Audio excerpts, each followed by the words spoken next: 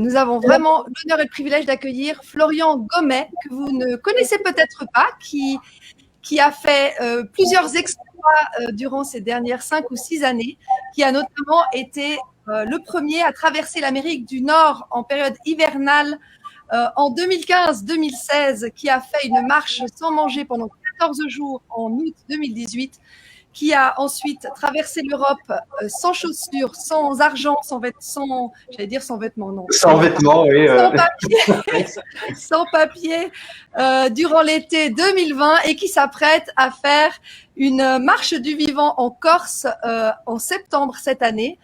Il mange vivant. Comme vous le savez, vivant, c'est végétal et cru. Et il va nous raconter ses péripéties. Je précise aussi qu'il est anciennement prof de maths, comme moi, qui serai bientôt anciennement prof de maths, comme vous l'avez compris. Alors, aujourd'hui, mon humeur, elle est plutôt joyeuse et occupée. J'ai passé toute la journée dehors à m'occuper de mon verger. Ça faisait un moment que j'avais pas passé autant de temps dehors et ça m'a fait beaucoup de bien de me reconnecter à la terre et de prendre le soleil. Et sinon, je reviens d'une semaine. Ça fait une semaine que je suis revenu du Pérou. J'ai passé un mois là-bas. Et comme tal chaleur, je suis allé à la rencontre de certains chamans pour apprendre à utiliser une purge qui s'appelle le kambo et qui permet de nettoyer le corps. Donc, c'est pour ceux qui connaissent Irène Grosjean et l'hygiénisme avec les purges. Donc, vous savez qu'on peut faire sortir les acides et les cols, ces deux types de poisons qui encombrent nos humeurs et nous rendent susceptibles d'être malades parce qu'on qualifie de mauvais microbes qui sont pas mauvais en soi, mais qui viennent nettoyer le corps quand il y a des choses à nettoyer. Et donc, la solution pour moi, pour ceux qui veulent sortir de la peur d'être malade, la peur de mourir d'une maladie, voilà, c'est de prendre soin de sa santé, de développer son système immunitaire et de nettoyer son terrain. Voilà. Pour moi, ça, c'est l'avenir et c'est pour ça que je suis allé me former au Pérou. Donc, je suis vraiment très reconnaissant d'avoir eu cette opportunité de voyager dans une période où c'est compliqué et voilà, d'avoir pu profiter de cette fenêtre de liberté pour aller apprendre quelque chose des savoirs ancestraux des Péruviens. Et là, prochainement, dans quelques jours, j'organise avec Florence des stages de reconnexion à la vie où on apprend aux personnes qui souhaitent changer d'hygiène de vie, une nouvelle manière de s'alimenter, une nouvelle manière de vivre, de prendre de nouvelles habitudes pour concilier à la fois la bonne santé, la joie et donner du sens à sa vie. Donc voilà pourquoi ma semaine a été extrêmement occupée entre un retour de voyage et la préparation de 2 stages qui arrivent. Mais voilà, quand on fait ce qu'on aime et pour lequel on donne du sens, eh bien l'énergie arrive et même si on dort pas beaucoup et qu'on travaille toute la journée, eh bien on fait quand même son travail voilà, dans la joie et la bonne humeur. J'ai commencé les expéditions il y a environ 12 ans et à cette période-là, déjà pour moi la société telle qu'on vivait dedans, elle avait absolument aucun sens et donc pour moi ça fait déjà un moment que je remets tout ça en question. Sauf que voilà, j'avais aucune idée de ce que j'allais faire, de quel outil pouvait m'aider.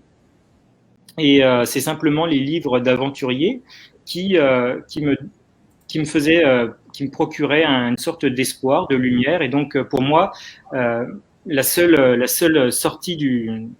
issue de secours, j'ai envie de dire, c'était de me reconnecter à la nature et d'aller dans les endroits où elle est vierge, autant que faire se peut, et où il y a très peu d'êtres humains. Voilà. J'ai compris a posteriori que c'était vraiment une manière de me reconnecter en m'éloignant le plus possible de la société, en me rapprochant le plus possible de la nature et de moi-même. Et ce qui me motivait aussi dans ces voyages, c'était pas seulement cette déconnexion avec la société, puis à essayer d'aller trouver autre chose qui allait donner du sens à ma vie. C'était aussi un côté de dépassement de soi qui, à chaque année, me motivait pour aller faire une expédition un petit peu plus difficile que la fois précédente. Et puis, à force de mettre la barre un petit peu plus haut, il s'est trouvé que ces 3 dernières années, j'ai eu la chance de pouvoir faire 3 premières mondiales La première, c'est la traversée intégrale de l'Amérique du Nord, du point le plus à l'est jusqu'au point le plus à l'ouest, par moyen non motorisé, 12 000 km à vélo, à pied, à ski et en kayak. Donc c'est une traversée qui avait été jamais faite intégrale de ces deux extrêmes. Et la première mondiale, c'est d'avoir traversé une chaîne de montagnes qui s'appelle les monts Mackenzie, que j'ai traversé l'hiver sans moyen motorisé et en solitaire, 600 km par moins 40 degrés au plus froid. Une traversée que j'ai faite en mangeant que des fruits et des légumes. Ce qui prouve que même dans les zones froides, voilà, on peut très bien le corps peut parfaitement s'adapter avec l'alimentation vivante. La deuxième expédition que j'ai faite 2 ans plus tard, qui m'a valu aussi une première mondiale, je suis retourné au même endroit, c'est Mont Mackenzie, et je les ai traversés l'été à la belle saison cette fois, mais sans manger. Ce qui a fait l'objet d'un documentaire de Damien Artero qui s'appelle La Marche enfin, qui est un documentaire qui est avant tout sur le jeûne et qui retrace aussi mon parcours. Et puis la dernière expédition, c'est un petit peu l'aboutissement de 12 ans de voyage. Ce que j'ai découvert en fait à travers chacun de ces voyages, c'est à quel point je pouvais faire confiance en l'humain, en la vie en général et en moi-même, et que plus je m'engageais dans ces voyages-là, et aussi mieux je m'alimentais et meilleure était mon hygiène de vie, et plus mon intuition était forte. Et je recevais des messages de mon intuition qui me permettaient parfois de sauver ma vie, parfois de rencontrer les bonnes personnes ou de passer là où il fallait passer. Et sans ces messages qui venaient de nulle part, en apparence, jamais j'aurais pu réaliser toutes ces expéditions. Je vais vous donner un exemple de ce genre d'intuition qui ne peut vraiment pas être imputée au hasard. C'est lors de ma première mondiale, quand j'ai traversé les monts Mackenzie l'hiver, il y avait 600 km à traverser et je tirais une petite luge et elle était complètement pleine et je savais que j'avais pas assez de nourriture. Donc, je connais aucun et sur ces 600 km, il n'y a pas une âme qui vive, il n'y a pas de village, il n'y a rien. À part quelques cabanes de chasseurs, dont on verra pourquoi je les cite. Et donc, je pense qu'aucun aventurier, a priori, ne s'engagerait dans une expédition comme ça en sachant qu'il a pas assez de nourriture. Il m'en manquait pas un petit peu, il m'en manquait un bon tiers. Et donc, il aurait été raisonnable que je dise bah non, je peux pas y aller.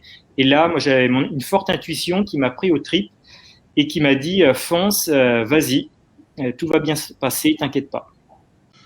Et je suis ému en racontant ça parce que c'était tellement fort. Et donc, je fais confiance à mon intuition que j'apprends à suivre de plus en plus. Et malgré cet acte inconsidéré de partir en n'ayant pas assez de nourriture, j'y vais quand même. Et j'arrive à peu près à la moitié du parcours. Et puis, j'avance plus lentement que prévu. Et donc, j'arrive à court de provisions plus vite que prévu. Il me reste plus que quelques journées pour manger. Et là, je suis vraiment désespéré parce que je me dis, bah en fait, je me suis complètement planté. Moi, mon idée, c'est que si mon intuition me disait d'aller vite, c'est parce que de partir quand même, c'est que j'allais aller plus vite que prévu ou je sais pas quoi. Et en fait, pas du tout. Je vais plus lentement que prévu. Et là, je me retrouve au milieu de la montagne. J'avance plus que de 5 km par jour seulement parce que je suis dans 1 mètre de poudreuse qui fait que je peux quasiment plus avancer. Voilà. Donc, je fais 5 km par jour en marchant quasiment 10 heures dans la journée au prix de grands efforts. Et là, je suis complètement désespéré. Je pense que je vais mourir. Et donc, je perds la foi, puis je trouve quand même l'énergie de finir une journée parce qu'il y a une cabane qui est sur ma carte. Et puis je me dis, bon, on sait jamais. C'est une cabane pour les chasseurs l'été. Je pensais qu'elle était fermée. Je vais quand même ouvrir la porte. Et là, j'ouvre la porte. Et en fait, il y a 1 mois de réserve de provisions de nourriture. Oh là là. Qui me permet de continuer mon voyage et de le mener à bien. Voilà.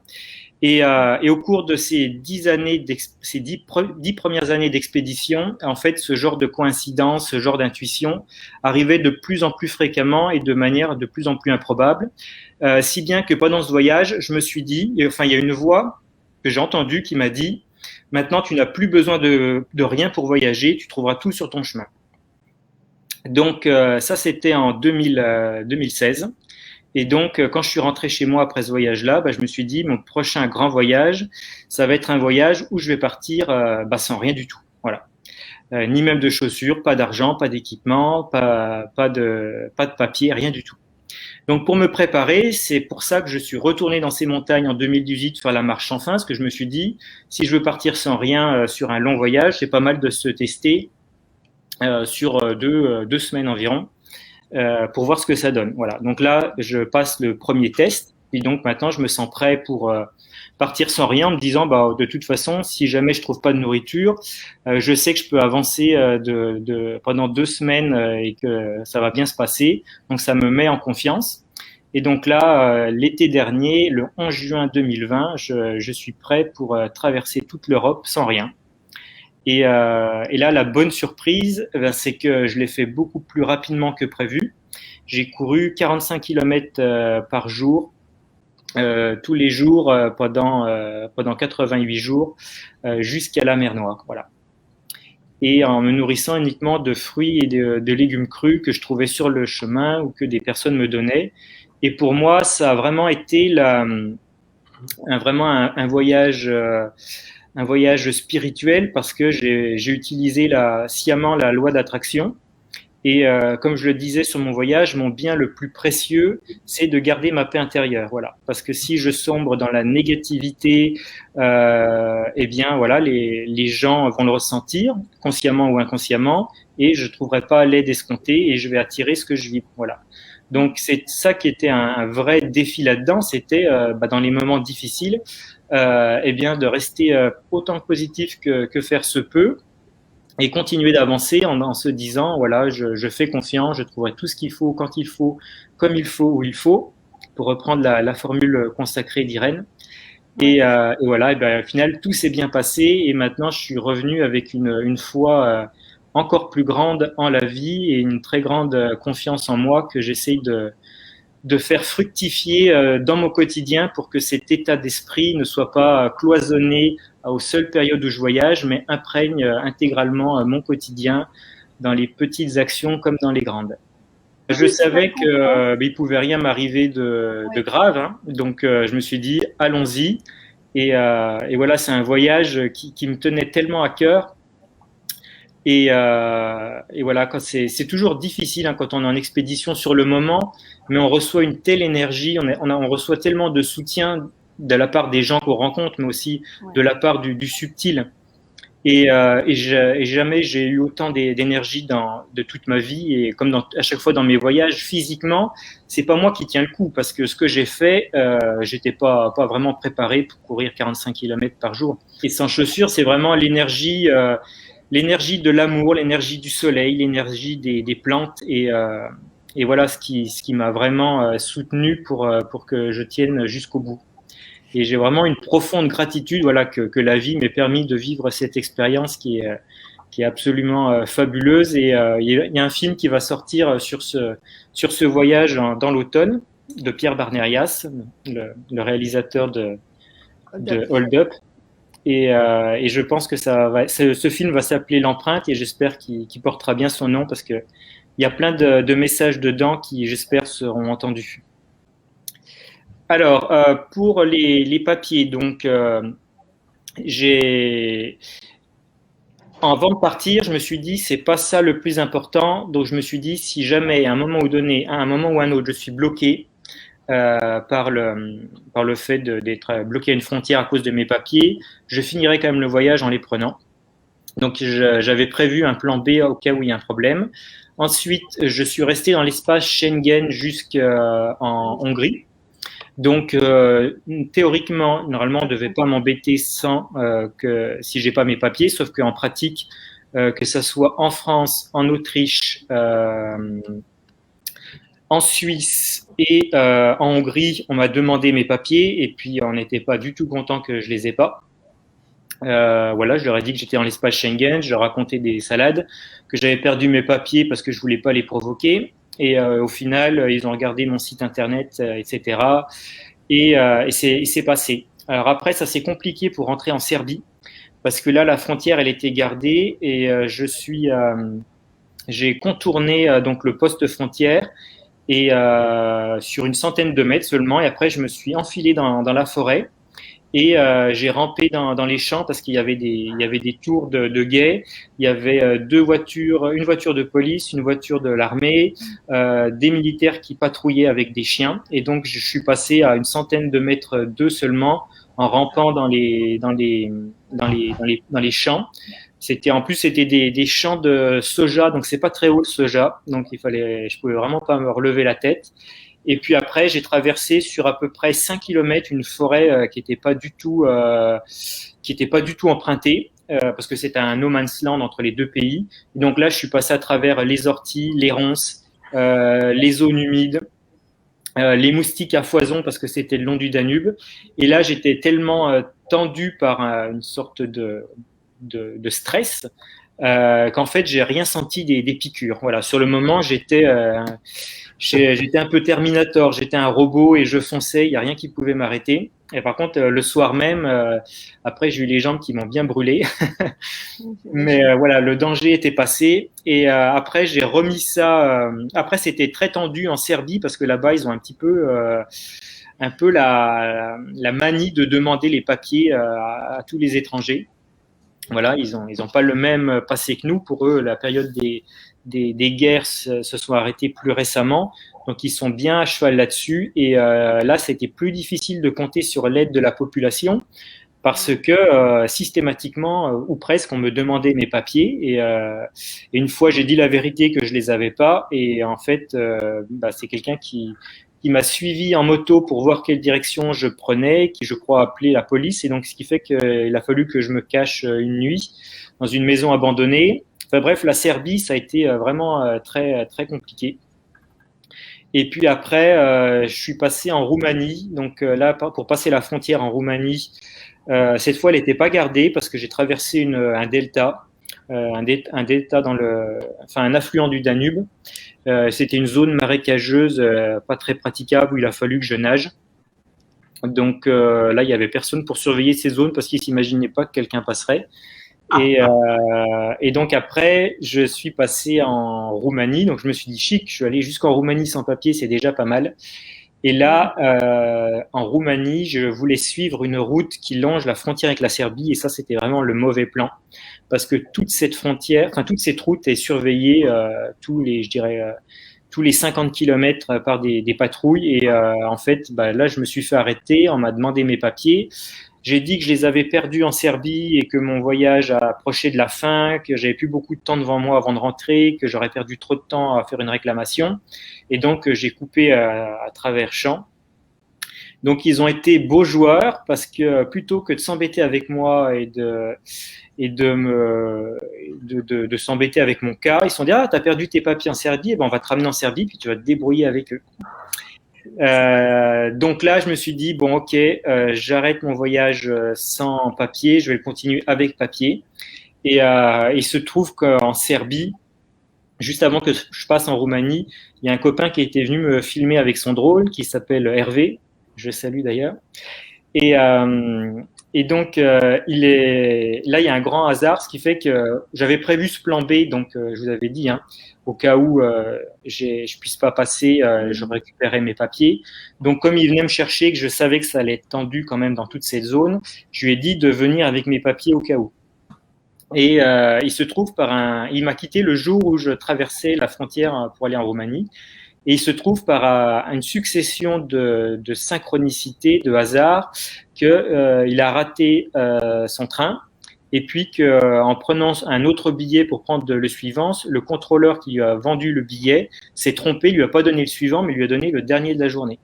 Ce qui fait que quand je suis rentré en Serbie, je l'ai appelé, pensant qu'il était déjà dans son avion. Et là, heureusement, je l'ai eu au téléphone. J'ai trouvé quelqu'un dans la rue qui m'a passé son téléphone. Et parce que j'avais pas de téléphone avec moi. Et donc, c'est là où il m'a dit, je suis pas très loin, je suis à 50 km. Donc, il est revenu vers moi en vélo et il m'a donné mes papiers et j'ai continué le voyage avec mes papiers. Voilà. Je voulais te demander aussi les fameuses 2 semaines dont tu as parlé avant de te lancer dans l'aventure le 11 juin. Ça a consisté en quoi cet essai de 2 semaines? C'était la marche enfin, c'est-à-dire la traversée des monts Mackenzie sans manger. où j'ai Voilà. marché 360 km le long de la Canol Trail, qui est réputé pour être le trek le plus isolé au monde. Donc, j'ai marché le trek le plus difficile au monde sans manger. Et pour ça, il a fallu que je traverse une dizaine non pas une dizaine, 5 rivières à la nage, et puis plusieurs dizaines d'autres plus petites, des rivières vraiment glaciales, parce que c'est sous le cercle polaire là-bas, où il y a quelques glaciers. Et en plus, c'est des chemins qui sont pas vraiment marqués, donc c'est quasiment du hors-piste, voilà. Et donc c'est cette aventure-là qui a fait l'objet d'un documentaire, La Marche sans fin. Maintenant, ma question, Florian, toi, tu te présentes sur ton site. D'ailleurs, je vais remettre la mention de ton site internet, floriangomet.com. Sur ton site, tu te présentes comme hygiéniste et explorateur. Et je voulais te poser tout simplement la question, puisque bon, on est en pleine crise sanitaire. Bon, on comprend de mieux en mieux que ce n'est pas une crise sanitaire, c'est tout sauf une crise sanitaire, mais il y a plein d'autres choses. Mais quel est ton regard à toi sur cette crise sanitaire, sur cette déliquescence du système médical, sur la conception de la santé qui nous est imposée par les instances de santé publique, par les médias dominants, etc. C'est quoi ta vision des choses? Eh bien, pour faire un résumé de ma vision des choses, j'ai été stupéfait par cette succession de faits inquiétants qui sont relatés dans le film Hold Up. Ouais. Et ce qui fait que j'ai vraiment un choc de me rendre compte qu'il y a vraiment des choses inquiétantes qui se passent dans les hautes instances. Et puis inquiet aussi de voir, mais ça je suis moins surpris, de voir qu'autant de personnes dans la population n'ont pas cette capacité de discernement pour ne pas se laisser manipuler. Et en embarquant avec elle toute une frange de la population. Et j'avais du mal à organiser mes idées, à trouver un sens à tout ça, même si derrière tout ce qui se passe, évidemment, c'est le but pour l'humanité derrière tout ça, c'est de retrouver sa souveraineté, de reconnaître qu'elle est une âme incarnée, un esprit, de reconnaître l'existence du monde des esprits, et bref, redevenir, exactement comme disait Tal Schaller, redevenir les chamans que nous sommes. Donc pour moi, c'est le grand méchant loup dans tout ça, toutes ces multinationales, ces gouvernements, malgré leurs mauvaises actions, j'ai envie de dire, ils sont là derrière pour nous stimuler, pour nous pousser à prendre ce chemin-là de l'éveil. Mais j'avais quand même du mal à organiser toutes ces idées, à comprendre comment tout cela avait pu se mettre en place. Et je suis en train de lire en ce moment un très beau livre écrit par Philippe Guillemant, qui est un physicien du CNRS, son dernier livre, c'est Le grand virage de l'humanité. Et Philippe, c'est quelqu'un que je connais depuis 1 an et demi environ, et qui m'a aidé dans mon voyage Eurotopia, la traversée de l'Europe, parce qu'il y a un moment à cause de tout ce qui se passait dans le monde, notamment la fermeture des frontières. J'ai failli annuler mon voyage. C'était au moment du premier confinement, parce que je me disais je devrais peut-être plus essayer de sauver ma peau que de partir à l'aventure. Et puis j'en étais là dans ces réflexions. Je me disais peut-être que tu devrais arrêter ce voyage-là, voilà, parce que là on rentre dans une autre ère. Et puis, le jour où finalement je me dis je vais arrêter, je vais renoncer, là, il y a à peu près 6 personnes qui, en l'espace de 24 heures, me contactent pour me dire alors, t'en es où dans tes projets de voyage? Alors là, je leur fais part de mon hésitation, et toutes ces personnes-là me disent, même celles que j'aurais pu croire a priori sceptiques, me disent non, au contraire, c'est le meilleur moment pour faire ça, parce qu'on a besoin de personnes qui fassent ce genre de choses. Et donc là, j'ai tout de suite eu le tilt de faire le lien avec une théorie de Philippe Guillemant par rapport aux synchronicités. Donc cette théorie qu'il développe, il n'est pas le seul physicien de la planète à l'avoir développée.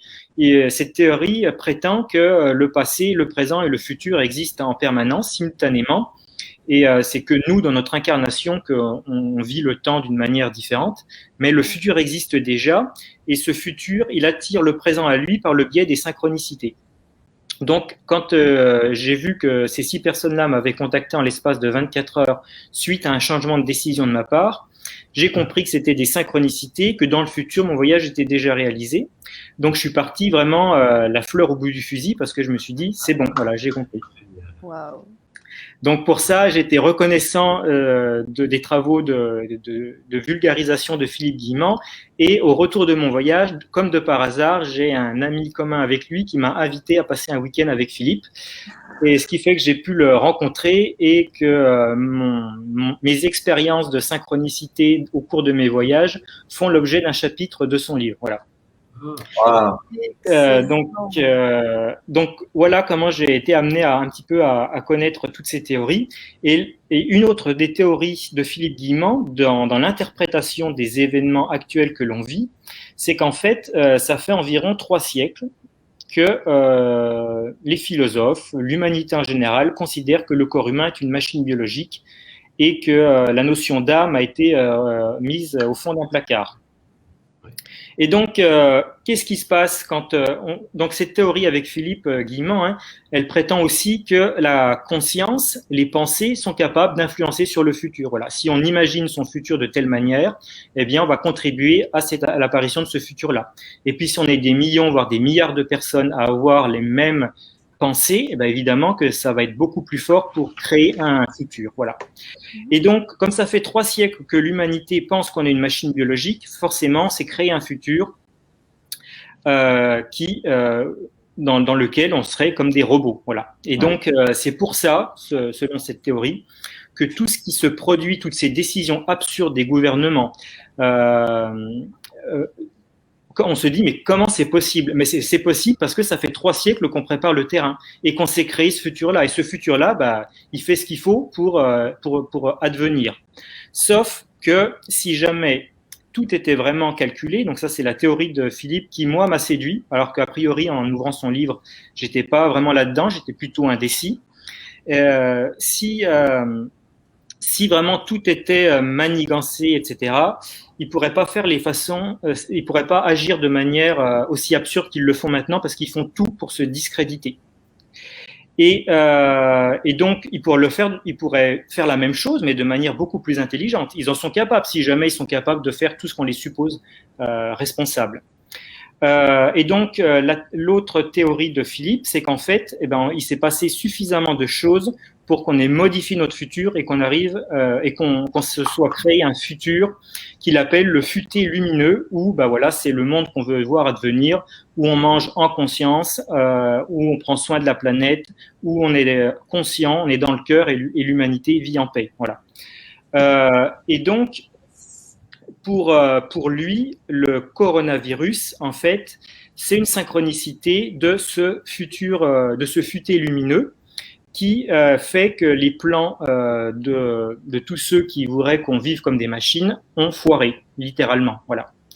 Et donc ça, c'est plutôt une très bonne nouvelle, voilà, parce que ce qui fait que les choses se déroulent comme elles se déroulent, c'est justement pas calculé, parce que si ça avait été vraiment calculé, ils auraient fait les choses de manière plus intelligente. Voilà. Ça n'empêche pas qu'il y ait des conflits d'intérêts, qu'il y ait des volontés de manipulation, de la corruption, etc., etc. Je remets pas du tout ça en cause. Voilà. Mais pour moi, maintenant, depuis que j'ai lu ce livre, je considère qu'il n'y a plus vraiment de plan parce que ça a foiré. Voilà. Ça leur a échappé. Et ça, c'est plutôt très bon signe. Et donc maintenant, notre boulot, individuellement et collectivement, voilà, c'est de penser, voilà, d'émettre, de visualiser ce futur que l'on veut et ce futur que l'on ne veut plus, ce futur, comme appelle ça Philippe, voilà, le laisser de côté et l'ignorer dans une certaine mesure parce qu'on est obligé de composer avec, mais voilà, y penser le moins possible pour vraiment imaginer ce que l'on veut. J'ai aussi utilisé des plantes chamaniques et ça fait environ 2 ans que je les connais et ça m'a beaucoup aidé dans mes derniers voyages, voilà, parce que on réalise vraiment le pouvoir qui est le nôtre et puis que surtout il y a des choses beaucoup plus grandes que nous qui nous dirigent avec bienveillance quand on est capable d'écouter ces messages-là et quand on est dans la confiance aussi par rapport aux messages qu'on reçoit. Et voilà, c'était juste la parenthèse par rapport à ça. Et sinon, par rapport à ce que j'ai retiré de mon voyage au Pérou, donc là-bas, c'était vraiment pour apprendre un autre type de purge. Donc, moi, ce que j'ai retiré de ce voyage, c'est que déjà, j'aurais à y retourner et plus longtemps, ce qui est prévu pour l'année prochaine, parce qu'il y a vraiment beaucoup de choses à apprendre là-bas. Ils ont tellement de connaissances. Autant aller à la source plutôt que de rester avec nos mœurs occidentales et nos pensées occidentales. Voilà, autant aller là où le savoir est resté vraiment transcendantal. Et sinon, ce que j'ai ramené de manière plus concrète, j'ai envie de dire, voilà, c'est un savoir-faire, c'est utiliser cette purge qui est vraiment complémentaire de celles qui sont proposées par Irène. Irène propose les purges salines et la purge huileuse, la purge à l'huile de ricin. Donc des purges, en fait, il en existe beaucoup plus que les quelques-unes qu'on vient juste de citer à l'instant. Après, voilà, on est dans une période où on les redécouvre, donc on fait avec celles qu'on maîtrise pour l'instant, mais il y en a d'autres et justement je suis allé au Pérou pour aller en découvrir une qui est utilisée là-bas par une poignée de peuples depuis environ 2 siècles, une poignée de tribus, et ils se soignent exclusivement avec ça, c'est-à-dire que quand ils sont malades, ils utilisent le kambo, ils purgent, et si c'est pas guéri, ils repurgent derrière jusqu'à ce que ça soit parti, et ça marche très bien comme ça. Ils n'ont pas de problème de santé particulier quand ils vivent en forêt et qu'ils purgent avec le kambo. Voilà. Donc c'est exactement comme on fait maintenant en France avec l'alimentation vivante, le jeûne et les purges. Sauf que cette purge-là, elle est vraiment intéressante parce que elle fait sortir à la fois les acides, les cols, et en même temps elle nettoie le foie. Donc en fait, elle est vraiment très efficace, et en plus elle agit en l'espace de 20 minutes seulement, ce qui fait c'est vraiment très très puissant. Par contre, comme tous les outils quand ils sont puissants, ils demandent des savoir-faire, et donc on apprend à les utiliser. On peut pas le faire seul. Voilà, c'est presque un métier, j'ai envie de dire, de l'utiliser. Et donc cette purge-là, je vais l'utiliser maintenant fréquemment, régulièrement sur moi en tout cas, pour mieux comprendre comment elle fonctionne. D'après le formateur que j'ai eu là-bas, qui l'a appliqué sur des milliers de personnes, il a constaté un effet très puissant, très efficace sur tous les problèmes psychologiques, dépression, addiction. Et donc elle est vraiment très efficace par rapport à ça. Et puis, comme je le disais, voilà, elle purge tous les types de poisons en même temps. Et voilà, il me reste à découvrir vraiment comment est-ce que je peux l'utiliser de la manière la plus intelligente et la manière la plus efficace qui soit. Et puis, ma foi, dans quelques mois ou dans 1 an ou plus, voilà, j'en saurai davantage par rapport à ça. Là, je suis dans un stade expérimental par rapport à ça. En tout cas, je l'ai essayé sur moi 11 fois en l'espace de 3 semaines. Et je suis revenu vraiment en excellente forme. Et ce que j'aime bien avec cette purge, comme toutes les autres purges, elles rendent vraiment l'esprit très clair, très lucide. Mais celle-ci, franchement, c'est un niveau au-dessus par rapport à la clarté du mental après. Et c'est un petit peu comme quand on a pris des plantes chamaniques et qu'on arrive sur la fin, qu'on commence de redescendre doucement. On a vraiment un état de joie et de grande clarté mentale en général. Et bien c'est ça qu'on retrouve après avoir pris du kambo. Voilà. Donc c'est vraiment une purge très puissante, et voilà, j'espère que je vais pouvoir l'utiliser de manière la plus intelligente qui soit autour de moi. J'ai encore une petite question justement par rapport à Irène Grosjean. À quelle occasion tu l'as rencontrée ou tu as été inspirée par ses travaux? Est-ce que c'est avec la vidéo La vie en abondance comme moi en 2015, ou est-ce que tu la connaissais avant? Alors, je l'ai rencontrée, j'ai eu connaissance de son travail en 2018 suite à la marche enfin, ce voyage, ce documentaire réalisé par Damien Artero. qui connaissait très bien Irène, et c'est lui qui m'a fait découvrir finalement par son intermédiaire tout le monde de l'alimentation vivante. Parce que à ce moment-là, j'étais dans une période difficile. Je sortais d'une dépression qui a duré pendant des années et des années, où j'ai vécu chez moi en solitaire, sans Internet, etc. Donc j'ai vraiment avancé mes premiers pas sur l'hygiénisme et l'alimentation vivante. C'était vraiment solitaire, je n'avais aucune idée de ce qui se faisait autour de moi. Ce qui, par un certain côté, est pas plus mal des fois quand on découvre les choses de par soi-même, et puis qu'après qu'on découvre les spécialistes du domaine, parce qu'on y va en étant déjà convaincu. Alors que quand c'est le contraire, des fois, voilà, on peut un peu tergiverser. Mais là, j'avais vécu le truc, donc j'ai tout de suite saisi la pertinence de son discours. Et puis après, comme je venais en plus avec cette performance et ce documentaire, les portes de l'hygiénisme en France m'ont été grandes ouvertes. Et c'est ainsi que voilà, j'ai découvert les purges, qui a été l'outil qui me manquait et qui a révolutionné vraiment ma vie, j'ai envie de dire. C'est Philippe Guillemot, dans son livre, il a trouvé un très bel anagramme qui est pour transhumanisme.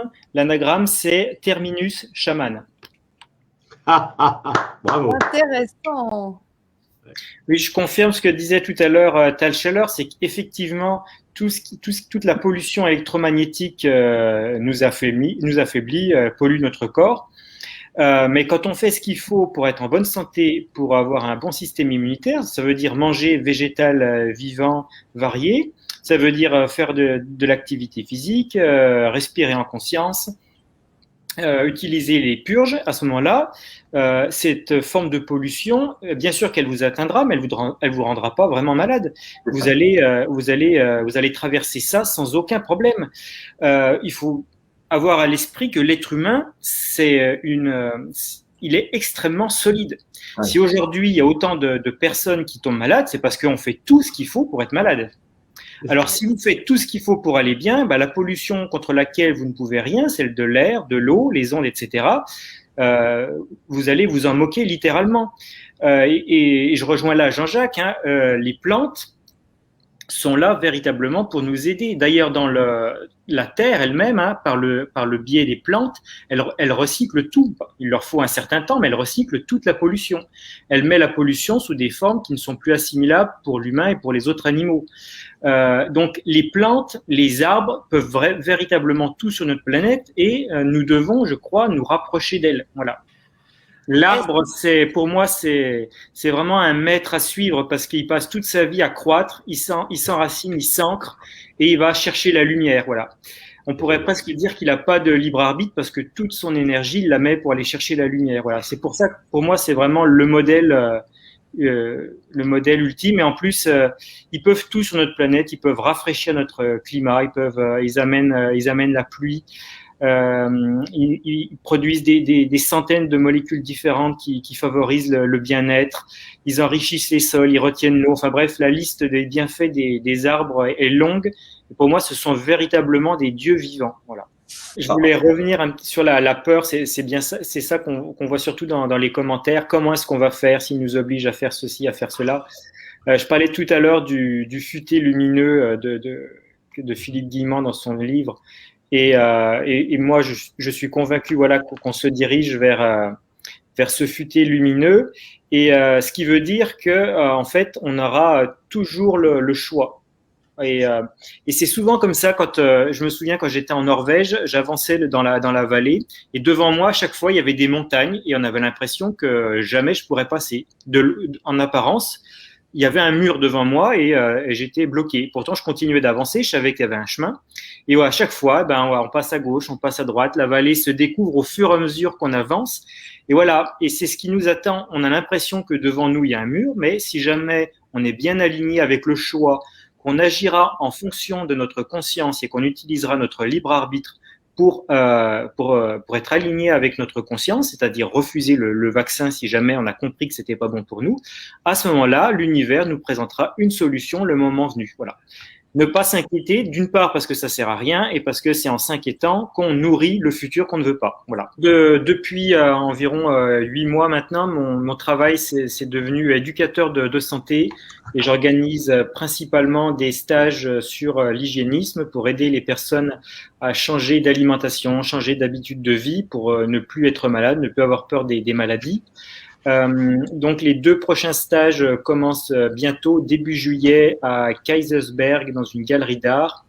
Donc toutes les informations sur mes stages sont sur le site floriangomet.com.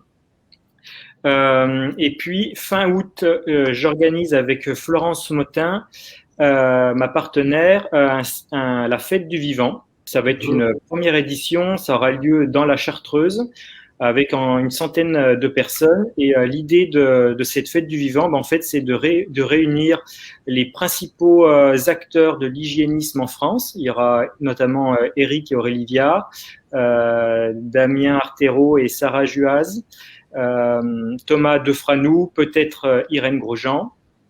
Et donc l'idée, voilà, c'est de créer des connexions entre les gens pour que ceux qui veulent changer d'hygiène de vie ne se retrouvent pas seuls, isolés en ayant l'impression qu'elles sont seules au monde. Voilà, créer des contacts, créer des vocations et puis qu'on se sente soutenus les uns les autres. Donc ça aura lieu du 27 au 30 août 2021 en Chartreuse. Ce n'est pas accessible sur mon site internet parce qu'on a mis ça récemment à jour et ça fait pas longtemps que je suis rentré en France. Donc vous pouvez trouver toutes les informations sur la fête du vivant sur le site de Florence qui est rawflo.com, rawflo.com. Voilà. Et ensuite, prochain événement après, début septembre, ça va être, donc, comme on a dit tout à l'heure, la traversée de la Corse avec Myriam et Jackie Boisset, d'autres copains qui seront là avec au projet un film. Et puis, ma prochaine grande aventure, j'ai plus ou moins mis un terme, en tout cas, ma carrière d'aventurier entre parenthèses. Et là, ce que j'ai vraiment, vraiment envie de faire, et en même temps, je profite de cette vidéo pour lancer un appel, c'est de mettre au point une grande expérience scientifique pour tester le système immunitaire des personnes qui mangent vivant, qui pratiquent l'hygiénisme et qui purgent, pour montrer jusqu'à quel point on devient résistant aux maladies. Voilà. Bien, très bien. Là, ça me tient vraiment à cœur de mettre ça en place. C'est quelque chose que je visualise beaucoup et que j'ai vraiment à cœur de mettre au point. Je vous remercie, comme d'habitude, d'être toujours présent. Les piliers de l'émission Jean-Jacques Ettal. Merci à Florian de nous avoir accompagnés pour cette émission que j'ai trouvée vraiment, vraiment très riche. Merci pour votre invitation. Merci. Merci à toi et je vous dis donc à la semaine prochaine et passez une très belle semaine, plein d'amour, plein de courage et de force pour vous et à tout bientôt.